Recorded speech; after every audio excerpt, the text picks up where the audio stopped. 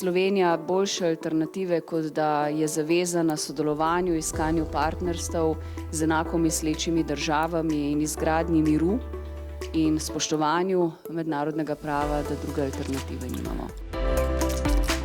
Redko katera država pa je samooskrbna. Tudi to je res danes v globalnem svetu.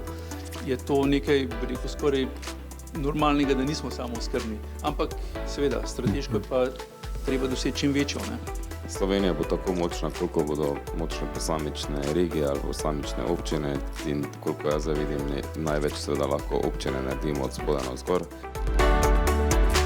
Se pa moramo zavedati tega kot prvo celovitega zavedanja odpornosti in predvsem osveščanja naše družbe, da smo ranljivi in da moramo k temu pristopati, da ne živimo v eni oazi miru, ampak da na nas lahko izjemno vplivajo dogajanja po svetu in da moramo biti na to pripravljeni.